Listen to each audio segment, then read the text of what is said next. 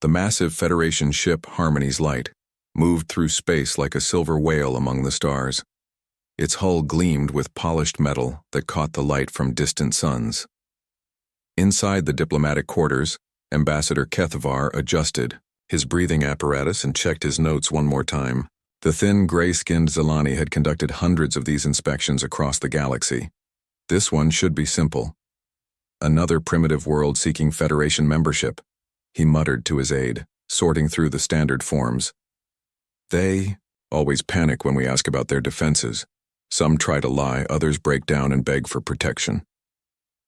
General Vexahun stood near the viewing port, his massive frame blocking most of the light. The Karathi warrior's red skin bore the ritual scars of his people, and his forearms moved restlessly as he watched Earth grow larger in the distance.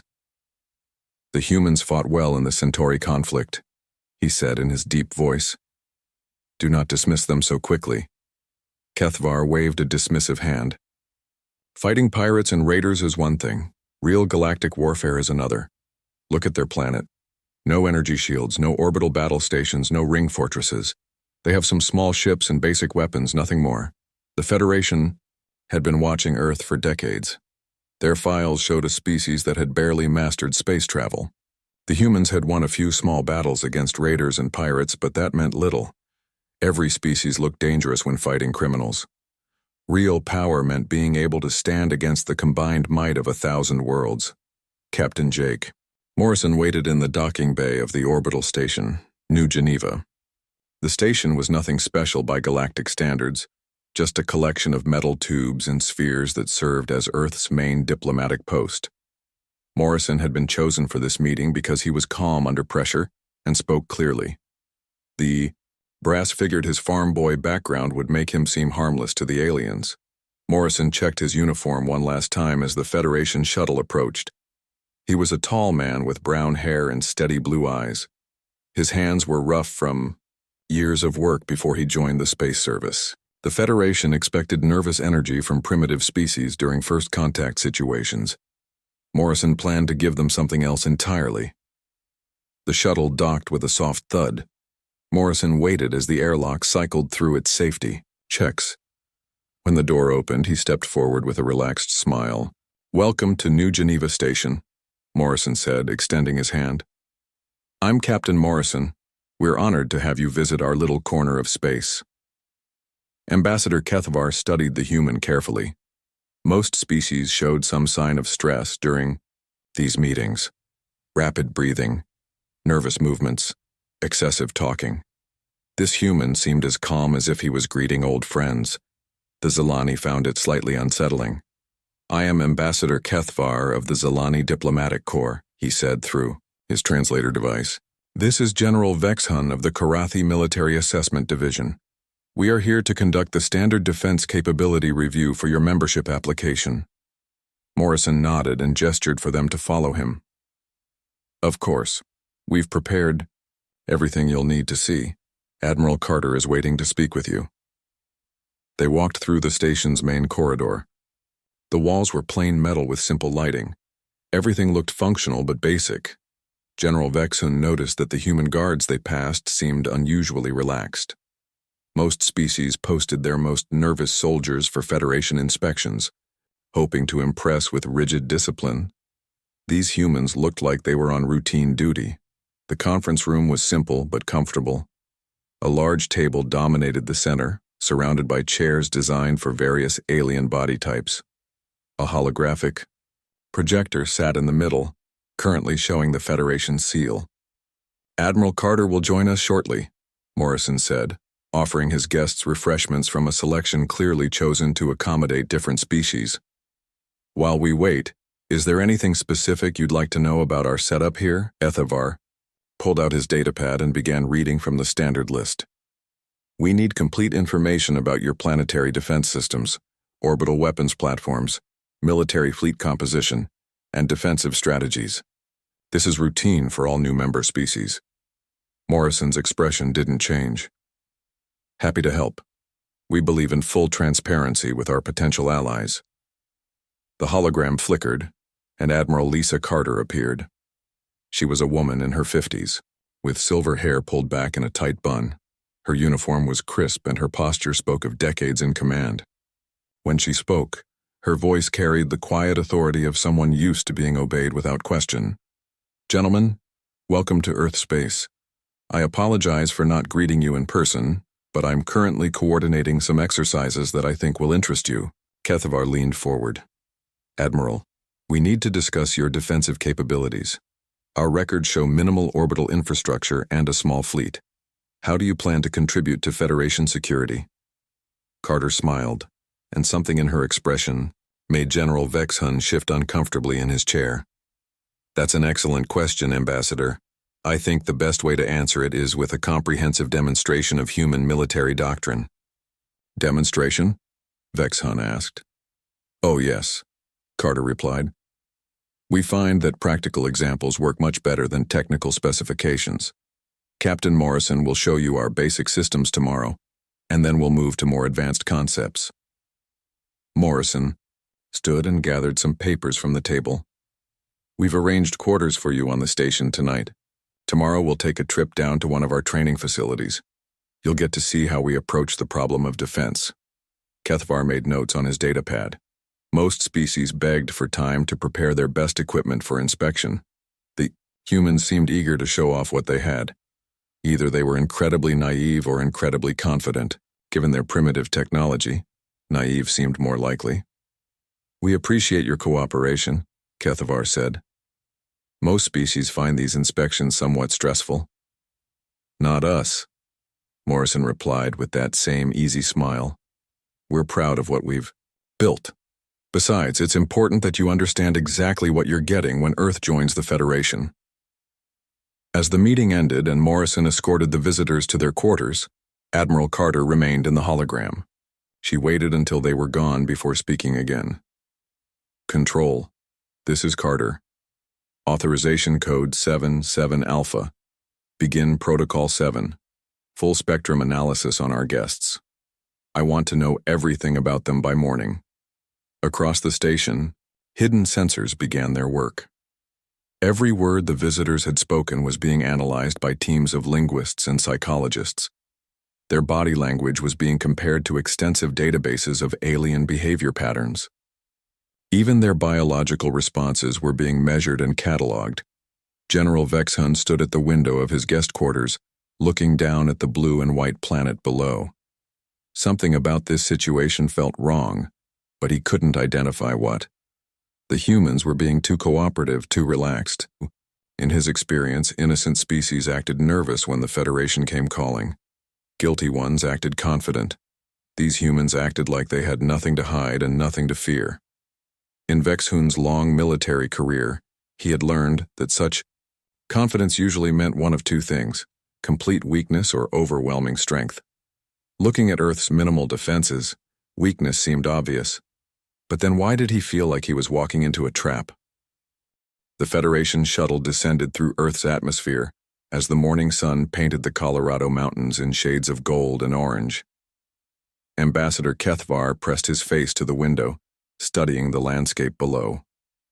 The terrain looked peaceful, with small cities scattered between green forests and brown plains. No massive military complexes, no obvious weapon installations, no signs of a heavily militarized world. "Disappointing," he muttered to General Vexhun. "I see farms and small towns. Where are their defense industries? Their military cities?" Vexhun remained silent, but his four hands clenched and unclenched slowly. Something still felt wrong about this entire situation. The humans were too calm, too willing to show everything. In his experience, species with real military power tried to hide it. Species without power tried to fake it. These humans seemed to be doing neither. The shuttle landed at what appeared to be a standard military base.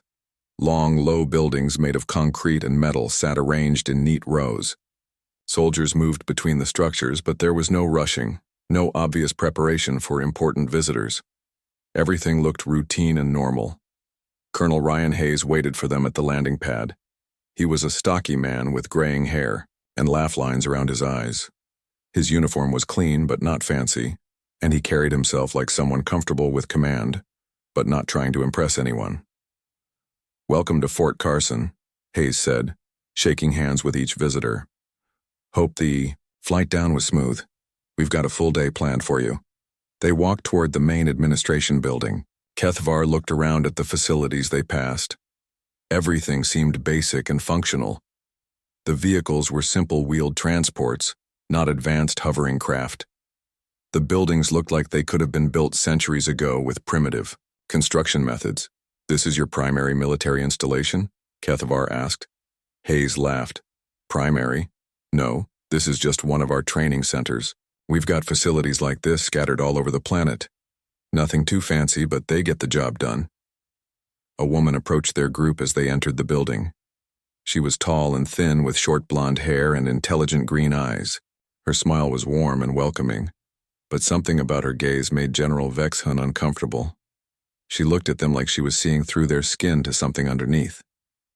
"This is Dr. Amanda Walsh," Hayes said. "She's our chief specialist in alien cultures and psychology. Thought you might enjoy meeting someone who studies your people professionally." Dr. Walsh extended her hand to each visitor. "I'm honored to meet representatives of such distinguished civilizations. I've been studying Zilani and Karathi cultures for years, but there's nothing like meeting people face to face." Kethvar brightened at this attention. "You study our cultures? How fascinating. What aspects interest you most?" "Oh, everything," Walsh replied as they walked through the corridors. "Social structures, historical patterns, psychological responses to stress, cultural fears and taboos. I find that understanding how different species think is the key to successful diplomacy." She pulled out a small device and began asking questions while recording their answers. For instance, "I'd love to know more about the Great Stampede on Zelanis Prime. How did that historical event shape modern Zilani responses to crowded situations?" Kethvar was delighted to discuss his people's history. The Great Stampede was a tragic event from centuries ago when panic in a crowded city had led to thousands of deaths. It remained a sensitive topic, but this human woman seemed genuinely interested in understanding his culture better.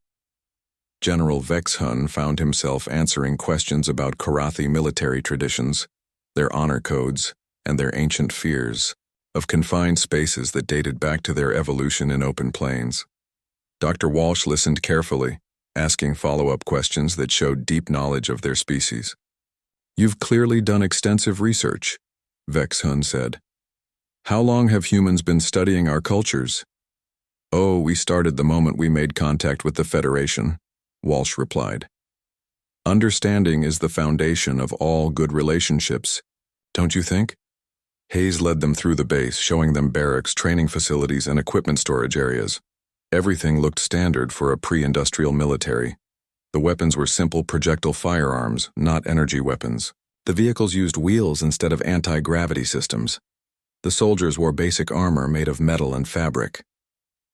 "Your technology seems quite primitive," Kethvar observed, not meaning to be rude but stating what seemed obvious. "We make do with what we have," Hayes replied cheerfully. "Sometimes the simple solutions work best. Our philosophy is to be practical rather than fancy." They watched soldiers conducting training exercises in a large field. The humans moved with discipline and coordination, but their tactics seemed basic. They used cover and movement patterns that any civilized military would consider elementary. "These are your elite forces?" General Vexhun asked. "Elite? No, these are just regular troops going through standard training," Hayes said. "We don't really have elite forces the way other species do. We prefer to train everyone to a high standard, rather than having special units." Lieutenant Commander Steve Parker joined them as they toured the communications center. He was a young man with dark hair and serious eyes who seemed to be constantly taking notes on a handheld device. "Commander Parker handles our intelligence coordination," Hayes explained. "He makes sure information flows where it needs to go." Parker shook hands with the visitors and immediately began asking his own questions. "I'd be interested to hear about Federation communication protocols. How do you coordinate military responses across multiple star systems? What are your standard procedures for sharing intelligence between species?" The aliens were happy to explain their systems. The Federation prided itself on transparency and cooperation. They described their communication networks, their intelligence sharing agreements, and their joint military command structures. Parker listened carefully and asked detailed follow-up questions about response times, security protocols, and decision-making, hierarchies. Like Dr. Walsh, he seemed genuinely interested in learning how things worked. As the day progressed, Kethvar began to relax. These humans were clearly primitive, but eager to learn. They asked intelligent questions and seemed impressed by Federation capabilities. Their technology was basic, but their attitude was refreshingly honest. General Vexhun was less convinced. Something about the questions bothered him. The humans weren't asking about Federation strengths or advantages. They were asking about procedures, responses, and decision-making processes. It felt less like admiration and more like analysis. "Tomorrow we'll show you some of our training exercises," Hayes said as they finished the tour. "You'll get to see how we prepare our people for different scenarios." "What kind of scenarios?" Vexhun asked. Hayes smiled. "Oh, we train for everything. Urban combat, wilderness survival, crowd control, environmental adaptation. You never know what situations you might face, so we try to be ready for anything." Dr. Walsh approached with her recording device. "I hope you don't mind, but I've prepared some additional questions for this evening. I'm particularly interested in learning about stress responses in your species. What situations make Zalani and Karathi feel most uncomfortable or afraid?" Kethvar laughed. "Are you planning to torture us, Doctor?" "Nothing like that," Walsh replied with a warm smile. "I just find that understanding fears and comfort zones helps in designing better cooperation protocols. When species work together, it's important to know what makes each group feel safe and confident." That evening, as the aliens settled into their guest quarters, they felt satisfied with their progress. The humans were clearly primitive but friendly. Their military was basic but disciplined. There were no hidden weapons or secret defenses. Earth would need Federation protection, but they seemed willing to contribute what they could. In another part of the base, Dr. Walsh uploaded her recordings to a secure server. Teams of analysts would spend the night studying every word, every gesture, every biological response their guest had shown. The psychological profile of both species was becoming clearer with each passing hour. Commander Parker transmitted his intelligence reports to facilities around the globe.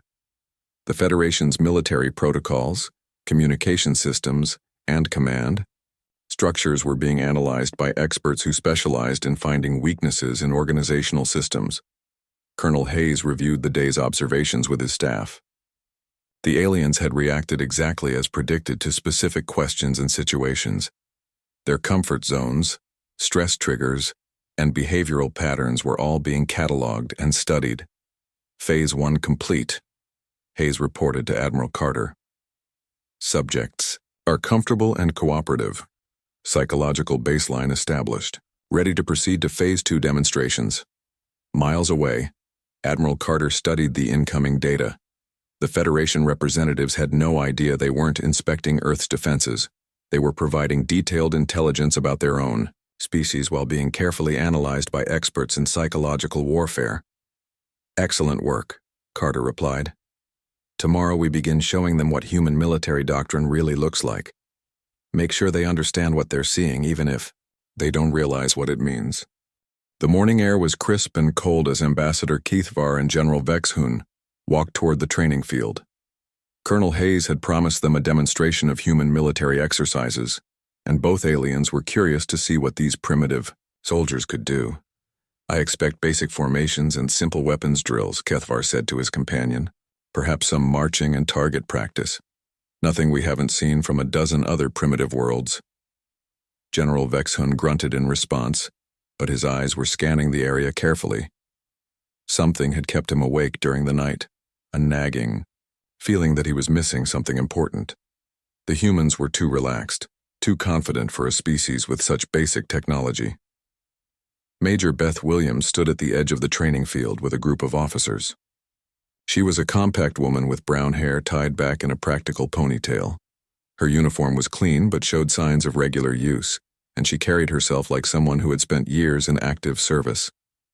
"Good morning, gentlemen," Williams said, shaking hands with both visitors. We've prepared several exercises that show how our people train for different situations. I think you'll find them interesting. The first group of soldiers took position on the field. They wore standard combat gear and carried basic weapons. Nothing that looked advanced or threatening. About 50 soldiers formed up in loose formations waiting for orders. This exercise simulates crowd control in an urban environment, Williams announced. We'll show you how our people handle situations where large groups of civilians become agitated or panicked. The exercise began simply enough. Soldiers moved into position around what represented a crowded city square. They established barriers and control points, standard procedures that any military would use. But then something strange happened.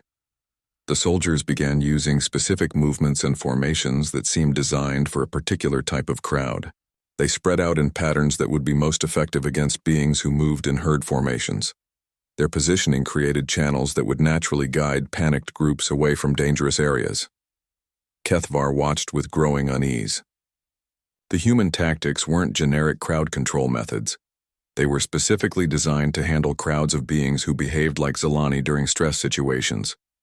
The spacing, the barriers, the movement patterns, all of it matched perfectly with how his people would react during a panic event. Interesting formation choices, he said carefully. Williams nodded. We study historical examples of crowd dynamics. The Great Stampede on Zelanis Prime taught us a lot about how panic spreads and how to prevent it from becoming deadly. General, Vexhun felt ice form in his stomach. The Great Stampede was classified information known only to Federation historians and military analysts. How did these humans know about it in such detail? The second exercise began before he could ask questions. This time the soldiers were practicing what Williams called environmental adaptation training. They moved through an obstacle course that tested their ability to function in different atmospheric conditions and confined spaces. But Vexhun recognized the specific environmental parameters, the oxygen levels, the atmospheric pressure, the narrow passages that the soldiers navigated with ease. All of it matched the conditions that would cause severe discomfort to Karathi physiology. His people suffered from claustrophobia in exactly the type of confined spaces these humans were training to fight in. Your soldiers seem very comfortable in tight spaces, Vexhun observed. We train for all environments, Williams replied. Some species prefer open battlefields, but we've learned that controlling narrow passages and confined areas can be very effective against certain opponents. Dr. Walsh approached the group with her ever-present recording device. I hope you don't mind more questions, but I'm fascinated by the psychological aspects of what we're seeing. General Vexhun, how would Karathi warriors typically respond to combat in underground tunnels or narrow corridors? Vexhun found himself answering before he could think about it. The question seemed innocent enough, but he described exactly how his people's ancient fears would make them vulnerable in such situations. Walsh nodded and asked follow-up questions that made him reveal even more about Karathi's psychological weaknesses. Captain Morrison joined the group as the third exercise began. This one involved communication and coordination between different units spread across a wide area. The soldiers used hand signals, radio protocols, and electronic systems to maintain contact. Your communication methods seem quite sophisticated, Kerthavar commented. Morrison smiled. We've learned a lot about information warfare. Sometimes disrupting enemy communications is more effective than destroying their weapons. We study how different species share information and coordinate their forces. He gestured toward a team of soldiers working with electronic equipment. For example, we know that Zelani herd communication relies on specific frequency patterns. If you can interfere with those frequencies, you can break up their group coordination very effectively. Kethvar stared at Morrison in shock. Zelani, communication frequencies were closely guarded military secrets. The Federation had never shared that information with non-member species, especially not primitive worlds like Earth. How do you know about our communication frequencies? He asked. Morrison's expression didn't change. We study everything we can about potential allies and enemies. Information is the most important weapon in any conflict. The fourth exercise was the most disturbing yet. Williams announced it as adaptive tactics training. But what the aliens saw was a perfect demonstration of psychological warfare techniques designed specifically for their species. Human soldiers acted out scenarios that would trigger every major fear and weakness that Zelani and Karathi possessed. They simulated attacks that would cause herd panic in Zelani populations. They demonstrated tactics that would exploit Karathi claustrophobia and force them into psychological breakdown. "These are very specific scenarios," General Vexen said, his voice tight with tension. "We believe in being thorough," Williams replied.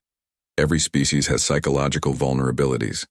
Understanding those weaknesses can end conflicts before they begin." Dr. Walsh continued her questioning, but now both aliens realized what was happening. She wasn't learning about their cultures out of curiosity. She was conducting a detailed psychological analysis, mapping their fears and responses with scientific precision. "How long have you been studying our species?" Vexen asked directly. "Since the day we made contact with the Federation," Walsh answered honestly. "Every diplomatic meeting, every cultural exchange, every piece of shared information has been analyzed by our psychological warfare specialists." Lieutenant Commander Parker approached with a tablet computer. "Gentlemen, I'd like to show you something interesting. These are analysis reports on Federation military exercises from the past 10 years. The screen displayed detailed breakdowns of Federation fleet movements, tactical decisions, and command responses during various conflicts. Every battle, every strategic choice, every military operation had been studied and cataloged. Your intelligence gathering is more extensive than we realized," Kethavar said weakly. "Intelligence is the foundation of effective defense," Parker replied. "We don't just watch our enemies. We study everyone, including potential allies. Understanding how people think and fight is more valuable than having bigger weapons." Colonel Hayes rejoined the group as the exercises concluded. "Well, gentlemen, that covers our basic training programs. Tomorrow we'll show you some of our more advanced concepts."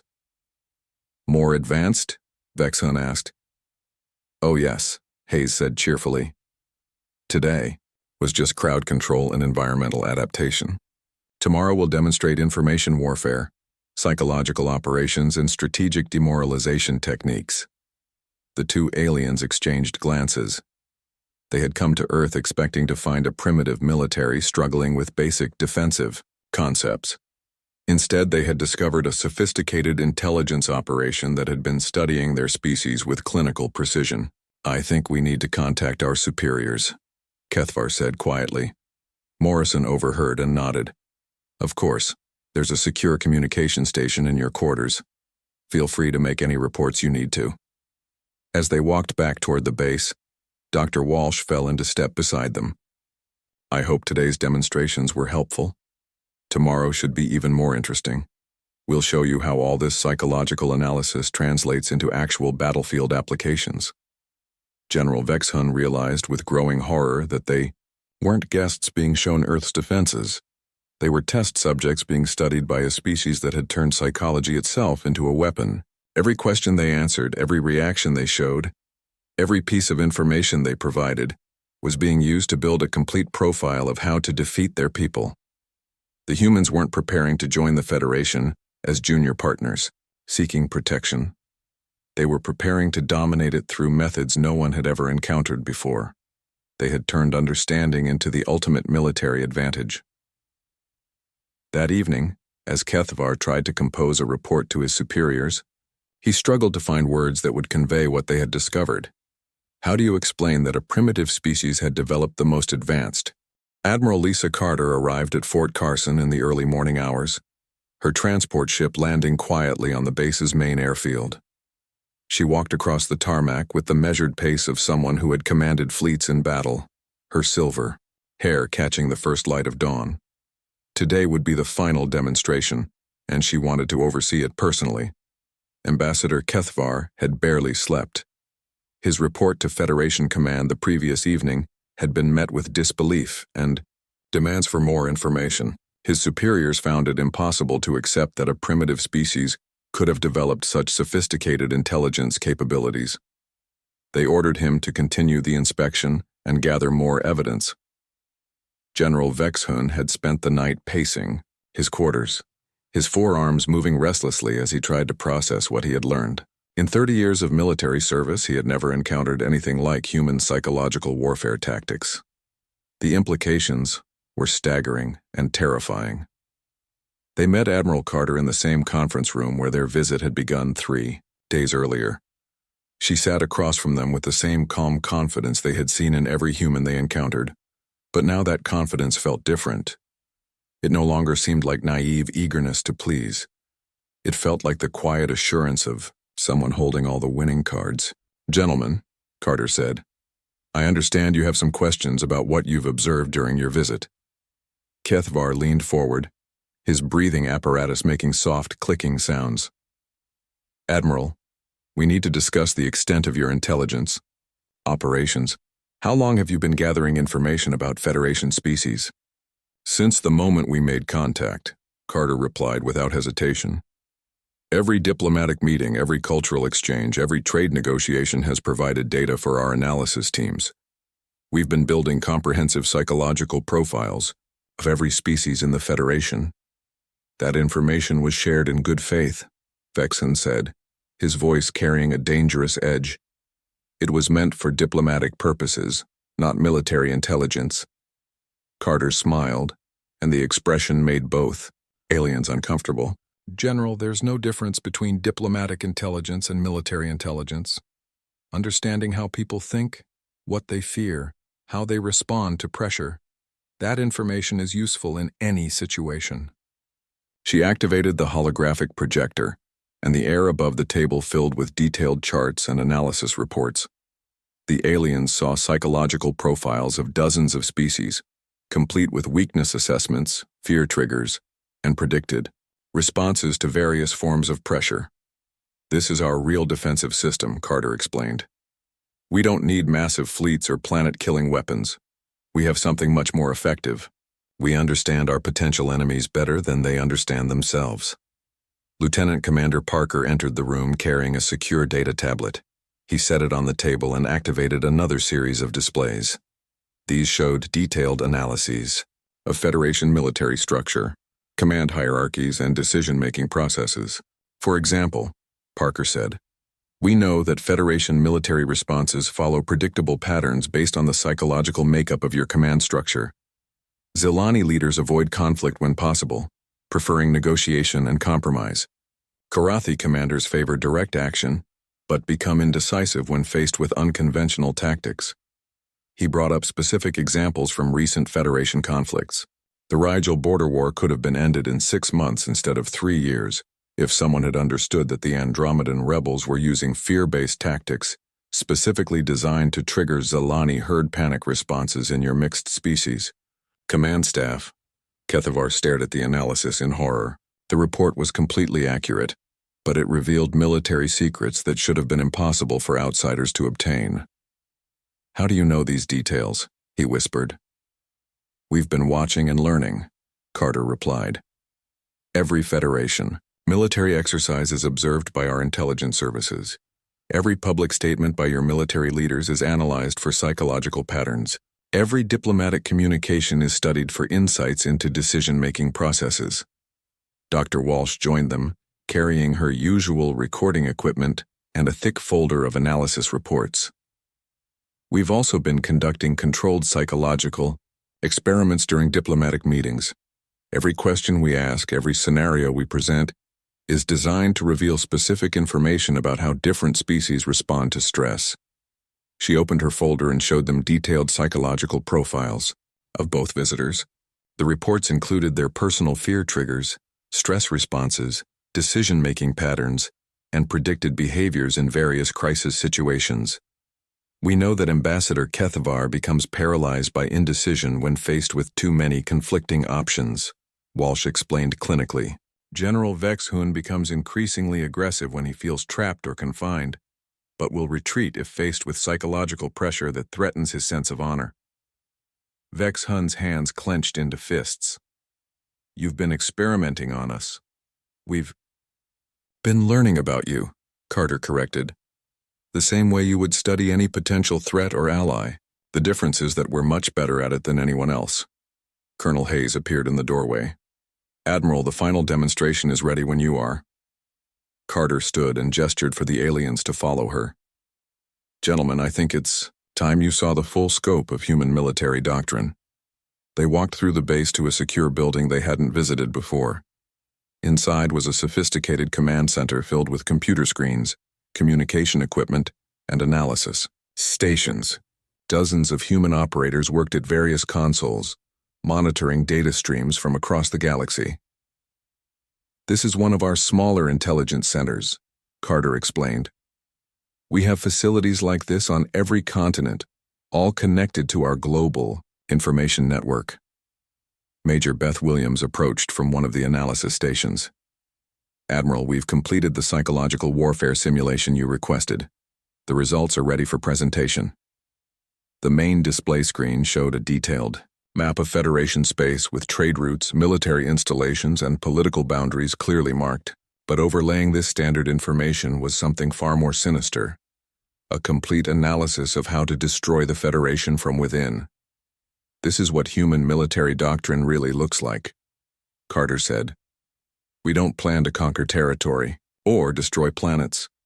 We plan to understand our enemies so completely that we can make them destroy themselves. The display showed how targeted psychological operations could turn Federation member species against each other. It demonstrated how disrupting specific communication frequencies could cause mass panic in Zilani populations. It revealed how creating artificial resource shortages could trigger ancient territorial disputes between different species. You could collapse our entire civilization, Kethvar said, his voice barely above a whisper. We could end the Federation in 6 months without firing a single shot, Carter confirmed. Economic manipulation, psychological warfare, information control, turning your own fears and cultural conflicts against you. It would be devastatingly effective. Commander Parker pulled up another set of analyses. We've identified the key pressure points in Federation society. Species that hate each other but maintain peace only through economic necessity. Historical grudges that could be reopened with the right manipulation. Communication systems that could be turned into weapons of mass psychological destruction. General Vexhun felt physically sick as he realized the scope of what he was seeing.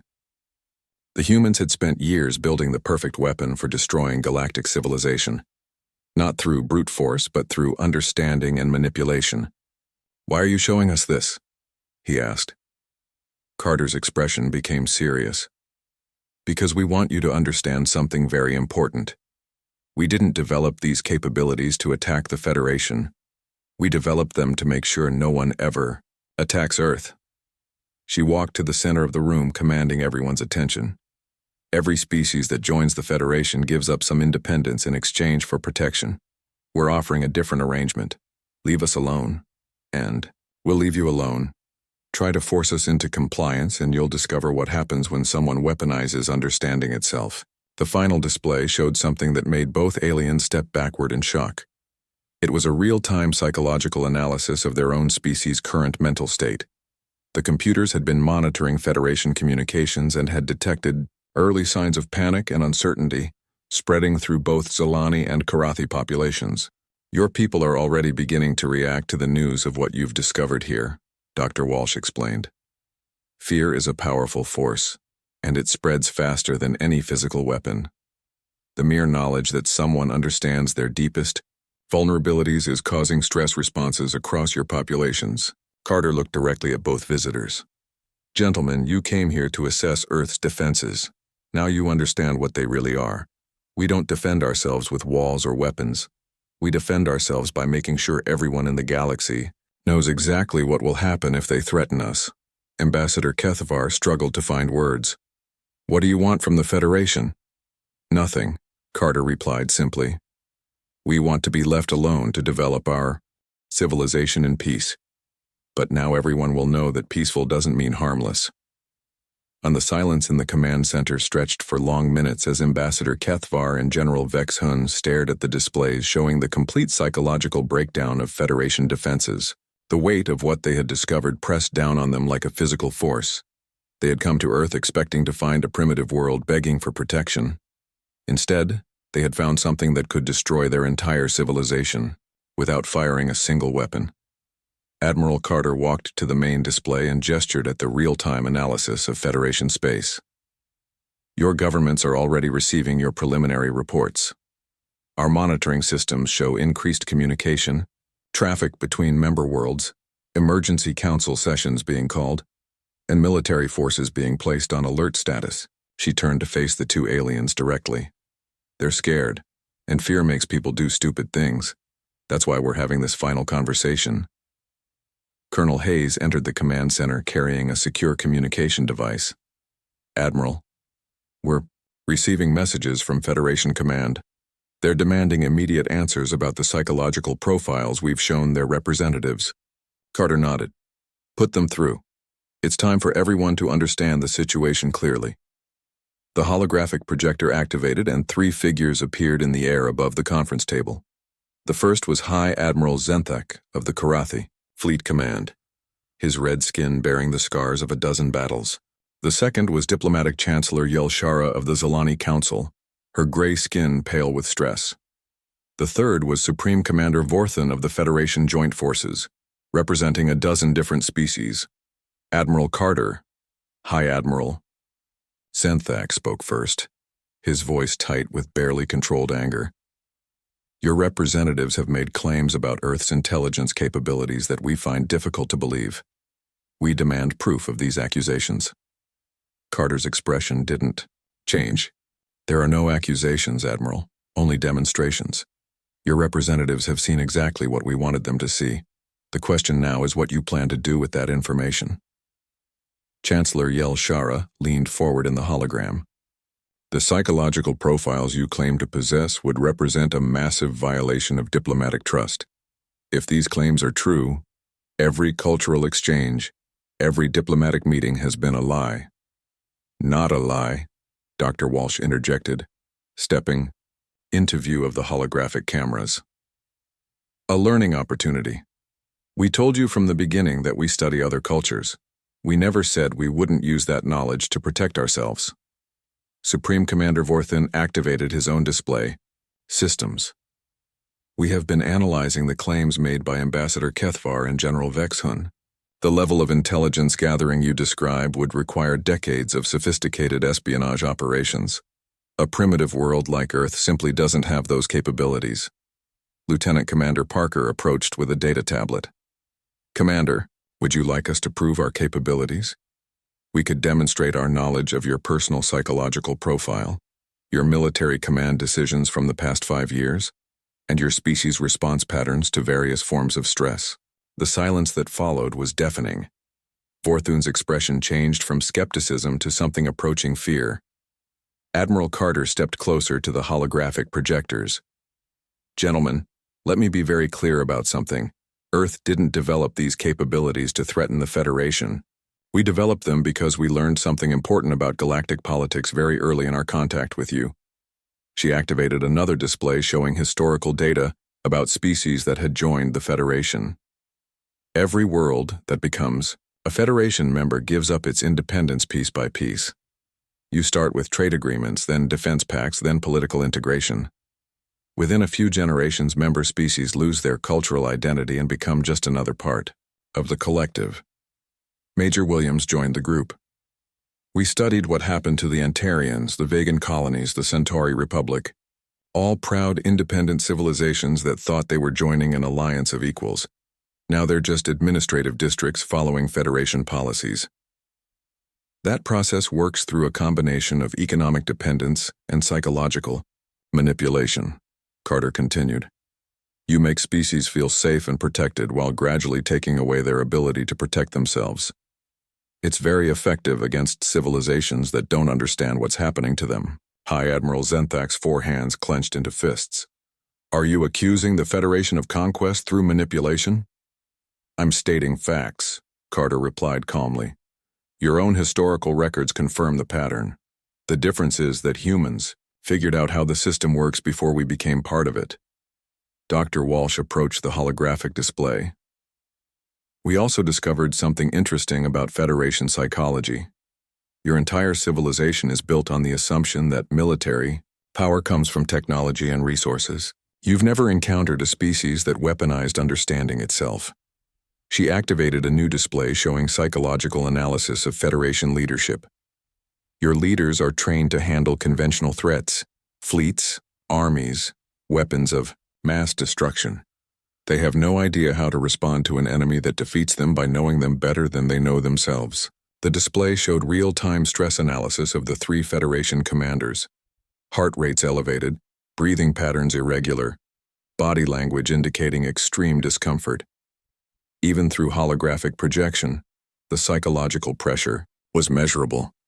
This is what human military doctrine looks like, Carter explained. We don't need to threaten you with weapons. We just need to show you that we understand your weaknesses completely. The fear of being understood does the work for us. Chancellor Yel Shara spoke with a trembling voice. What do you want from us? Carter's expression became completely serious. We want the Federation to leave Earth alone. No more membership offers, no more demands for compliance with Federation standards, no more attempts to integrate us into your political structure. And if we refuse? Supreme Commander Vorthan asked. Then you'll discover what happens when someone turns psychology into a weapon of mass destruction, Carter replied. We'll show the galaxy exactly how fragile the Federation really is. Economic, manipulation, information warfare, psychological operations designed to exploit every fear and weakness your species possess. Parker stepped forward with another data display. We've already identified the pressure points that could collapse your civilization. Historical grudges between member species, economic dependencies that could be disrupted, communication systems that could be turned into weapons of mass panic. We could have your member worlds at each other's throats within 6 months, Major Williams added. No armies, no fleets, no weapons. Just targeted information designed to make you destroy yourselves. The 3 Federation commanders exchanged glances through their holographic connection. The implications were staggering. A species they had dismissed as primitive had developed the capability to end their civilization without conventional warfare. You're threatening the entire galactic order, High Admiral Zenthak said quietly. We're protecting ourselves, Carter corrected. The Federation works by making species dependent on collective security. We're offering a different arrangement. Leave us alone and we'll leave you alone. Try to force us into compliance and you'll learn why understanding your enemy is more dangerous than any weapon. Ambassador Kethavar finally found his voice. How do we know you won't use these capabilities against us anyway? Carter smiled, and for the first time it looked genuinely friendly. Because we don't want to rule the galaxy. We don't want to destroy other civilizations. We just want to be left alone to develop our own culture and technology in peace. But now everyone will know that peaceful doesn't mean helpless, Dr. Walsh added. Sometimes the best defense is making sure your enemies understand exactly what they would be facing if they attacked you. Admiral Carter walked to the center of the room. Gentlemen, your inspection of Earth's defenses is complete.